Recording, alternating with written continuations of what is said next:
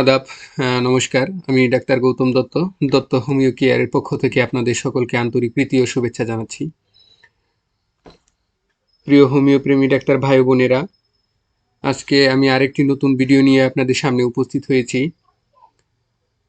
বর্তমানে শীতের আবির্ভাব, আর এই শীতের সময়ে বা উইন্টার সিজনে সবচাইতে এবং বর্ষার সিজনে যেই রোগটা বেশিরভাগ ক্ষেত্রে আমরা লক্ষ্য করি তার মধ্যে হচ্ছে আপনার জ্বর, ঠান্ডা, কাশি, তারপরে ইনফ্লুয়েঞ্জা তার মধ্যে একটি। আজকে আমার আলোচনার বিষয়টি হচ্ছে খুবই গুরুত্বপূর্ণ আলোচনা, কারণ এই রোগের প্রাদুর্ভাব যখন দেখা দেয় সেই ক্ষেত্রে দেখা যায় যে যে মানে প্রাথমিক অবস্থায় খুবই জটিল একটা উপসর্গ নিয়ে উপস্থিত হয়। অনেকে রোগীর ব্যাপকতা বুঝে সেখানে রোগীর মৃত্যু পর্যন্ত হতে পারে, এই ধরনের অবস্থাও সৃষ্টি হয়। তো আজকের আলোচনার বিষয়টি হচ্ছে ইনফ্লুয়েঞ্জা, একটি ভাইরাস জনিত সাধারণ জ্বর বা সর্দি কাশি আমরা বলতে পারি এখন অবস্থায়, কিন্তু এক সময় এটা ছিল খুবই ব্যাপক। আজকের আমরা কিছুদিন আগে যে করোনা ভাইরাসের কথা আমাদের সকলেরই স্মরণ আছে। করোনা ভাইরাস মানুষের মনে যতটুকু আতঙ্ক সৃষ্টি করেছিল, এই ফ্লো সেম একই প্রভাব তার ছিল। এখন হয়তো বা বিষয়টা স্বাভাবিক অবস্থায় চলে আসছে। তারপরেও আমি এখানে দেখব যে ফ্লোটা কি এবং কেন ফ্লোটা হচ্ছে, এবং এটার মানে জটিল উপসর্গগুলো কি এবং কখন আমার দ্রুত চিকিৎসা নিতে হবে, এই বিষয়গুলো নিয়ে আমি আলোচনা করব। তো আশা করছি আপনারা পুরো ভিডিওটা ভালোভাবে দেখবেন। এটা খুবই খুবই দরকারি, প্রত্যেকের জন্য একটা দরকারি একটি ভিডিও। কারণ বর্তমান এই শীতের সময়ে যাদের বাসায় ছোট বাচ্চা আছে এবং বৃদ্ধ যারা আছে তাদের এই আক্রমণ হবার সম্ভাবনাটা সবচেয়ে বেশি। এবং ওই মুহূর্তে কি আমরা করব, তো এই প্রতিষেধক সহ এবং আনুষাঙ্গিক ব্যবস্থা সহ সমস্ত কিছু আমি আলোচনা করার চেষ্টা করেছি। তো এই ইনফ্লুয়েঞ্জা বা বহু ব্যাপক যে সর্দি জ্বর, এর নিরাপদ হোমিও চিকিৎসা। তো আমরা জানি যে সাধারণভাবে শীতকালে বেশি সক্রিয় থাকে এই ইনফ্লুয়েঞ্জাটা। তো এক সময় এটি ভয়ঙ্কর মহামারী রোগ ছিল। এশিয়া মহাদেশেও এটা আসলে করোনা যে অবস্থা আগে আমি বলছি যে এর মতোই প্রাদুর্ভাব ছিল। আর আমরা একটা জিনিস বলছি বা এটা প্রচার হয়েছে যে করোনা ভাইরাসটা যেমন চীন থেকে এটা প্রভাব বা প্রচার হয়েছে বা সৃষ্টি হয়েছে, আমরা বলি সেম এই ফ্লোটাও আসলে আমাদের এই এশিয়া মহাদেশে এই চীন চীন থেকেই এটার শুরুটাও, এটাও আমাদের চীন থেকেই শুরু হয়। এবং এটার ক্ষেত্রেও বিভিন্ন ধরনের প্রতিষেধক টিকা বা ভ্যাকসিন অনেকেই নিয়েছে। তো আমি বলবো যে আসলে এটার বিভিন্ন ধরনের ক্যাটাগরি আছে। ওটা যে আপনার তিনটা ক্যাটাগরি সাধারণত হয়: এ টাইপ, বি টাইপ এবং সি টাইপ। তো এটা আসলে অর্থাৎ আমরা এখানে এটা আলাদাভাবে বলার কিছু নেই যে রোগটা কি। আশা করি বুঝতে পারছি যে এটা করোনা ভাইরাসের মতো এক ধরনের ভাইরাস এখানে আমরা লক্ষ্য করছি। আর এই ফ্লু যে একটা ভাইরাস জনিত সর্দি, সাধারণ সর্দি এবং ব্যাপক সর্দি এবং কাশি জনিত একটা রোগ, এটা আর আমাদের আলাদাভাবে পরিচয় করিয়ে দেওয়ার মতো বিষয় নয়।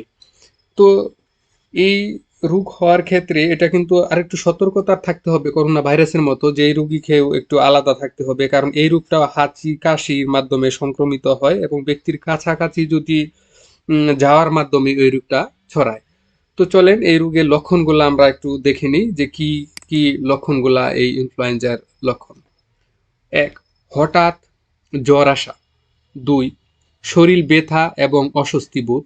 তিন, গলা ব্যথা। চার হচ্ছে সর্দি এবং শুকনো কাশি। পাঁচ, মাথা ধরা। ছয় হচ্ছে বমি বমি ভাব। সাত হচ্ছে শ্বাসনালীর উপর অংশে প্রদাহ, অর্থাৎ গলা সহ সাত শ্বাসনালীর যে উপর অংশ যেগুলো আছে সেগুলোর ভিতরে ব্যথা। এবং জটিল কিছু উপসর্গ আমাদের খুবই খেয়াল রাখতে হবে।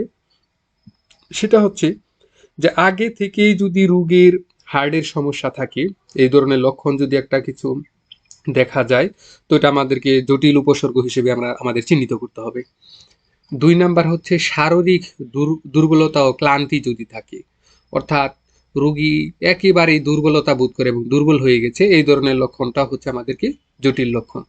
তো এই ইনফ্লুয়েঞ্জার কারণ কি, আমরা এই কারণগুলো একটু দেখি। যে কারণটার ভিতরে আমাদের যে বিষয়টা, ৩টা বিষয় এখানে আমি অন্তর্ভুক্ত করেছি। একটা হচ্ছে অতিরিক্ত শীতের কারণে, আগেই বলছি যে আজকে আলোচনাটা সিজনালি, যেমন এখন বর্তমান সময়ে শীতের প্রকোপটা সবচেয়ে বেশি, এই কারণে আমি বলছি যে আলোচনাটা, তার মানে অতিরিক্ত শীতের কারণে এই ঠান্ডা বা ব্যাপক সর্দি হতে পারে। আরটা হচ্ছে যে ইনফ্লুয়েঞ্জা ভাইরাস যদি একজনের মাধ্যমে আরেকজনের মাধ্যমে সংক্রমিত হয়, এর মাধ্যমে হতে পারে। ৩ হচ্ছে সংক্রমিত ব্যক্তির সংস্পর্শে থাকার কারণেও সেটা হতে পারে। এবার চলেন যে এই রোগগুলার ক্ষেত্রে কোন কোন মেডিসিনগুলো আছে এবং সবচাইতে গুরুত্বপূর্ণ যে মেডিসিন, আমি এইভাবেই পর্যায়ক্রমে সাজানোর চেষ্টা করেছি। আমি প্রথম যে মেডিসিনটাকে এখানে অন্তর্ভুক্ত করেছি সেটা হচ্ছে ইউপেটোরিয়াম। তো ইউপেট ইউ ইউপেটোরিয়ামটা হচ্ছে যে হোমিওপ্যাথির ক্ষেত্রে, যে হোমিওপ্যাথির আহ, এই ইনফ্লুয়েঞ্জার ক্ষেত্রে সবচাইতে বা বহুল ব্যবহৃত একটা ঔষধ হচ্ছে এটি। এহ- এখন এটার লক্ষণটা কি, কি ধরনের লক্ষণ থাকলে আমরা এটা ব্যবহার করব? এটা হচ্ছে তরল সর্দি সহ হাঁচি এবং শরীরের প্রত্যেকটা হাড়ে যদি ব্যথা থাকে এবং অক্ষিগুলোকে যদি ব্যথা থাকে বা কোনো ধরনের যন্ত্রণা থাকলে এটা হচ্ছে সর্ব উত্তম একটা মেডিসিন হচ্ছে এই এই ইউপেটোরিয়াম।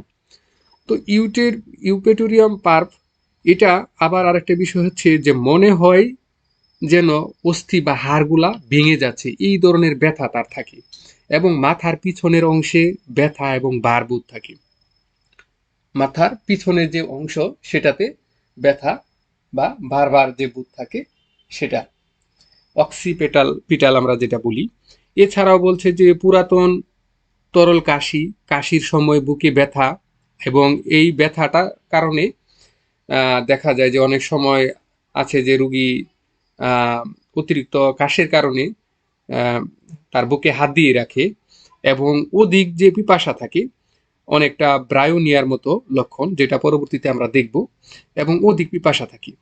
জিহ্বাটা সাদা এবং হলুদ লেপাবৃত, এবং তার এই জিহ্বার হলুদ আকৃতি বা লেপাবৃত বা প্রলেপ থাকার কারণে তার স্বাদহীন একটা অনুভূতি এবং তৃপ্ত স্বাদ থাকে জিভে। তো এই ইউপেটোরিয়ামটা আমি যেভাবে খেতে বলি যে এটা হচ্ছে আপনি 6 বা 30 শক্তি আপনি 1 থেকে 2 ঘন্টা পর পর রোগীকে দিতে পারেন, কারণ আগেই বলছি যে রোগটা খুবই জটিল, যখনই দেখা দেয় তখন একটা জটিল উপসর্গ নিয়ে আসে। তো সেই উপসর্গটা যদি আমি দ্রুত যদি নিরাময় করতে চাই, তো সেই ক্ষেত্রে আমার যে কাজটা করতে হবে, 1 থেকে 2 ঘন্টা পর পর যদি আমি ঔষধ দেই, তো অবশ্যই খুব দ্রুত নিরাময় লাভ করি। এছাড়াও যদি আপনি 0-2 শক্তি ওষুধ আপনি ব্যবহার করেন বা 2-3 যদি ব্যবহার করেন, তো একইভাবে আপনি 2 থেকে 3 ঘন্টা পর পর সেটা সেবন করতে দিতে পারেন। আশা করছি রুগী আপনার খুব দ্রুত 1 দিন বা 2 দিনের ভিতরে রুগী সম্পূর্ণ নিরাময় লাভ করবে। এছাড়া পরবর্তী যে 2 নাম্বার মেডিসিনটাকে অন্তর্ভুক্ত করেছি সেটা হচ্ছে জ্যালসিমিয়াম। তো জ্যালসিমিয়ামটা এই হোমিওপ্যাথিতে আরেকটি গুরুত্বপূর্ণ ঔষধ হচ্ছে এই ইনফ্লুয়েঞ্জার ক্ষেত্রে। যেমন জ্বর, সর্দি, ঘন ঘন হাঁচি, শুকনা কাশি, মুখমণ্ডল ফোলা ও চোখের পাতা যদি ভারী যুক্ত, যে এই লক্ষণগুলা যদি থাকে, এইগুলা লক্ষণ সম্মিলিত যে ইনফ্লুয়েঞ্জা, সেই ক্ষেত্রে হচ্ছে শ্রেষ্ঠ এবং অব্যর্থ ঔষধ হচ্ছে এই জ্যালসিয়াম। বিশেষ করে বাচ্চাদের ক্ষেত্রে যদি এই ধরনের সমস্যা বা ইনফ্লুয়েঞ্জাটা থাকে, সেক্ষেত্রে খুবই ভালো, অনেক ভালো কাজ করে হচ্ছে এই জ্যালসিমিয়াম। তো নাক দিয়ে জলের মতো হাজাকর স্রাব নিঃসৃত হয় এবং নিস্তেজ রোগীটা থাকে, শিশু বাচ্চার ক্ষেত্রে এবং বয়স্কের ক্ষেত্রেও হয়। নিস্তেজ, ত্রন্তা তন্ত্রাচ্ছন্ন, চুপচাপ পড়ে থাকে, অর্থাৎ একদম মানে কোনো নড়াচড়া নেই, এই অবস্থায় পড়ে থাকে এবং শ্বাস প্রশ্বাসে পচা গন্ধ এবং বুকটা তার ভারবোধ থাকে। ক্ষুধা এবং তৃষা দুইটারই অভাব, তার তেমন ক্ষুধাও থাকে না এবং তৃষাও বা পানি পিপাসাও তেমন থাকে না। তো এই জ্যালসিয়ামটাও আমি বলবো যে এক্ষেত্রে খুব দ্রুত জরুরি মুহূর্তে আপনি মাদার টিংচার দিতে পারেন। প্রথম অবস্থায় মাদার টিংচার আপনি প্রথম একদিন যদি আপনি দেন, আহ, 1 থেকে 2 ঘন্টা পর পর খুব দ্রুত নিরাময় লাভ করবে। পরবর্তীতে আপনি 30 অথবা 02 শক্তি বা 3 শক্তি আপনি 2 থেকে 3 ঘন্টা পর পর কিছুদিন সেবন করতে দিলে রোগী নিরাময় লাভ করবে। এর পরবর্তী যে মেডিসিনটা অন্তর্ভুক্ত করেছি সেটা হচ্ছে ব্রায়োনিয়া, আমাদের খুবই পরিচিত একটা ঔষধ ঠান্ডা কাশির জন্য।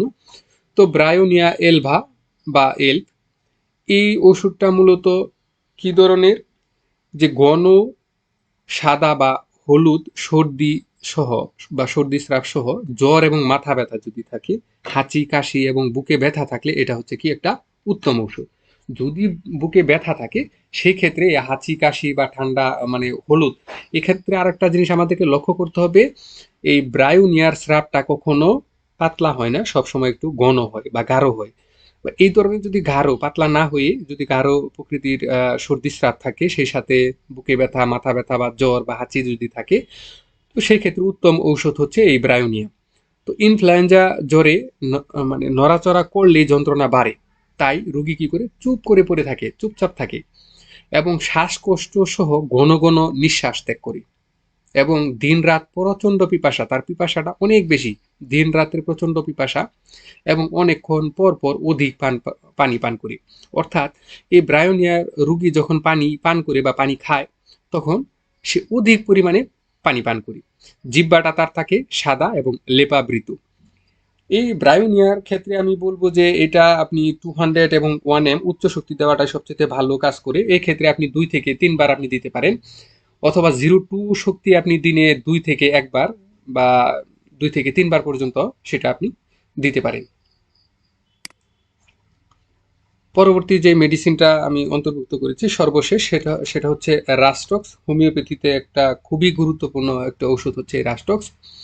তো রাস্টক্সটা হচ্ছে এখানে ব্যবহারটা এখানে খুব কম হয়, কিন্তু আমি দেখছি যে কিছু কিছু লক্ষণের ক্ষেত্রে রাস্টক্স প্রয়োজন হয় এবং এই ধরনের লক্ষণ পাওয়া যায়।